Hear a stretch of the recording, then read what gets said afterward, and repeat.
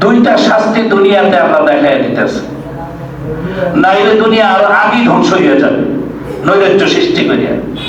একটা হইল কোন মানুষ যদি কোন মানুষের হক নষ্ট করে, এতিমের হক, ভাইয়ের হক, বোনের হক, জায়গা জমি টাকা পয়সা ধন দৌলতের হক কেউ যদি নষ্ট করে, এটা নষ্ট বলতে আত্মসাৎ করে, অন্যের হক মাইরা যে উপরে উঠবে বা আত্মসাৎ করবে, এইটার রেজাল্ট আখিরাতে তো আছেই, দুনিয়াতেও দেখাইবে, না দেখাইলে তো শেষ করিয়া ফেলাইবে।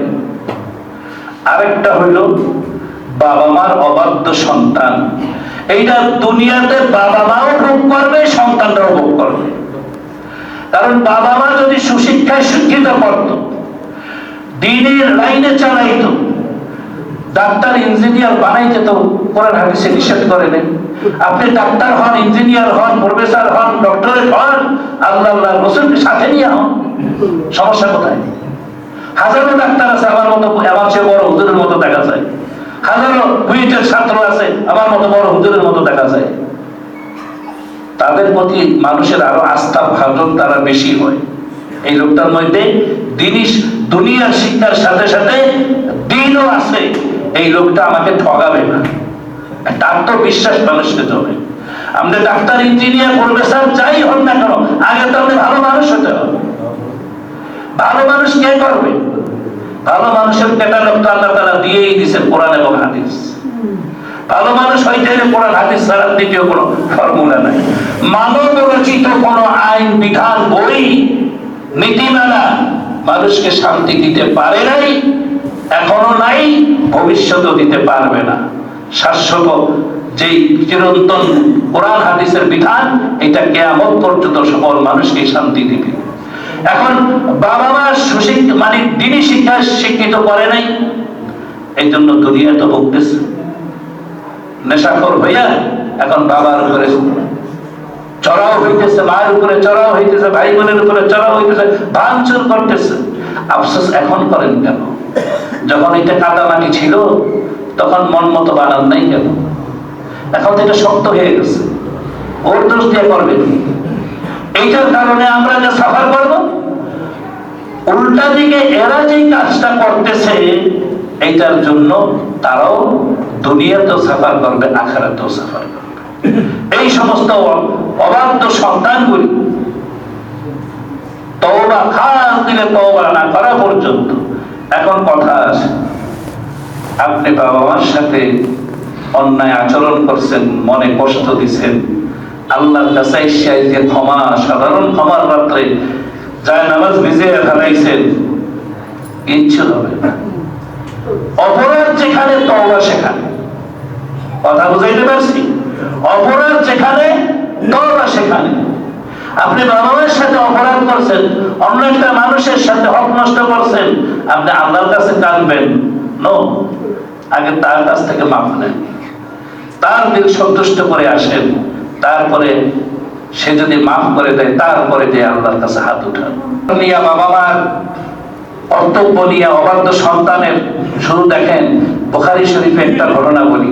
বুখারী শরীফে একটা হাদিস আসছে, জুরাইজ রহমতুল্লাহ আলাইহি, রাসূলের আগের জমানায়, উনি তৎকালীন সময়ে জগৎ বিখ্যাত একজন সুফি ছিলেন, সাধক ছিলেন।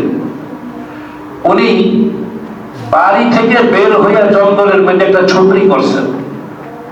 বাড়ির ঘর সংসারের ঝামেলায় ইবাদত বন্দেগী করতে কষ্ট, আমি নিরিবিলি একদম জঙ্গলের মধ্যে, কেউ আমাকে ডিস্টার্ব করবে না, আপনাকে কষ্ট হইতেছে,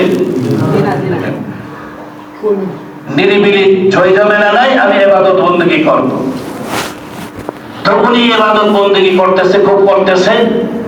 একদিন ওনার মা যাইয়া ডাকতেছে বাইরে থেকে, হে জুরাইজ, হে জুরাইজ।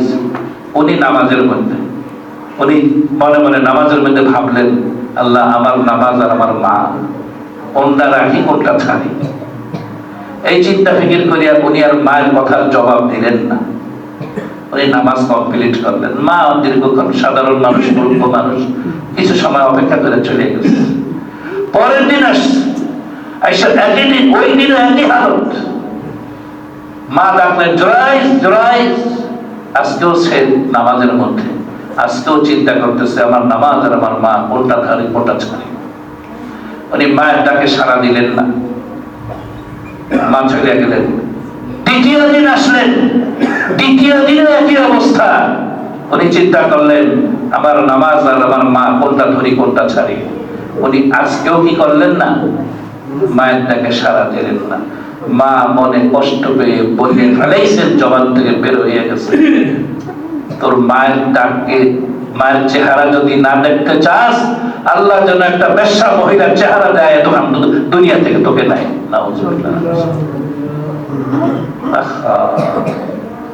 জায়গা মতো, পয়েন্ট মতো, সময় মতো পড়ে গেছে। এই যে জুরাইজ রাহমাতুল্লাহ আলাইহি ইবাদত বন্দী করার জন্য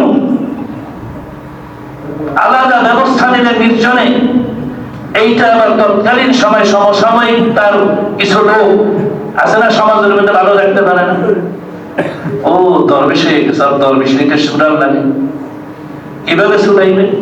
একটা খারাপ মহিলাকে টাকা পয়সা দিয়ে ফিট করছে, তুমি গভীর রাত্রে তার কাছে যাইবে।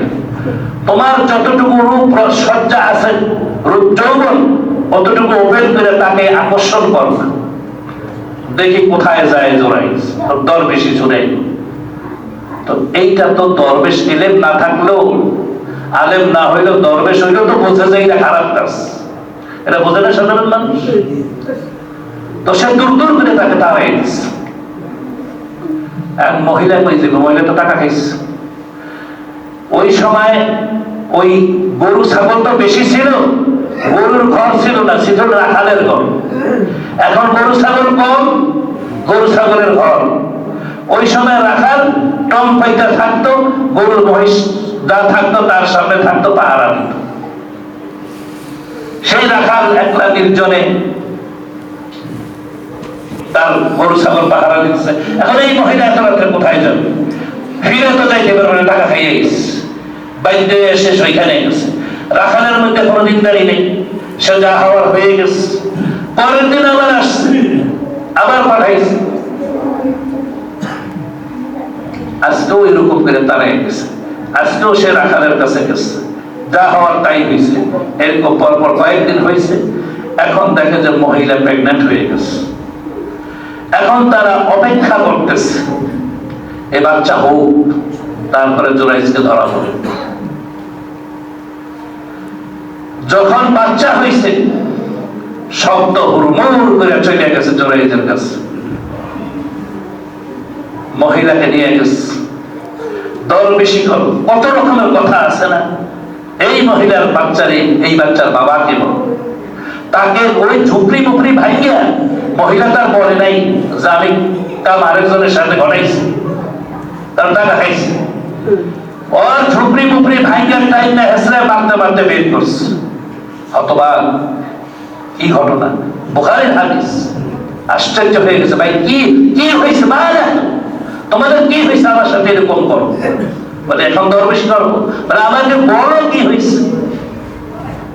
বলে যে এই মহিলার এই যে বাচ্চা হয়েছে, এই বাচ্চার বাবাকে। তখন বললো যে ঠিক আছে, আমার আর বুঝতে বাকি নাই, আমি বুঝতে পারছি। উনি কি করলেন, তিনটা শিশু, কথা চারটার কথা আছে, বাচ্চা অবস্থায় শব্দ প্রসূত বাচ্চা মায়ের পেট থেকে বের হয়েছে। এই বাচ্চা কথা বলছে। কিতাবের মধ্যে, হাদিসের মধ্যে তিনজন চারজনের নাম আসছে, তার মধ্যে জুরাইজ রহমতুল্লাহ আলাইহি ওই বাচ্চার কথাও আসছে। জুরাইজ রহমতুল্লাহ আলাইহি ওই বাচ্চার নাভি পাচায় গুতা দিছে, শাহাদাত আঙ্গুল দিয়ে বলো তোমার বাবাকে। আল্লাহ, এছাড়া তো তার কোনো প্রমাণ নেই, সাক্ষী নেই। সাথে সাথে বাচ্চার জবান খুলে গেছে যে আমার বাবা হইল অমুক রাখা। আর এখন এরা হাতে পায়ে ধরতেছে, মাপ চাইতেছে এবং বলতেছে তোমার এই ঝুপড়ি পাতার থাকবে না, আমরা স্বর্ণ দিয়া করে দিব। বলে কিচ্ছু লাগবে না, তোমার তোমাদের পাওয়া তোমরা পাইছো, আমার পাওয়া আমি পাইছি। আমি কেন এরকম হয়েছি, এই সব পরিস্থিতির শিকার হয়েছি, এটা আমি বুঝতে পারাইছি। ওই যে মা বলছিল, হাজারো ঘটনা আছে ভাই।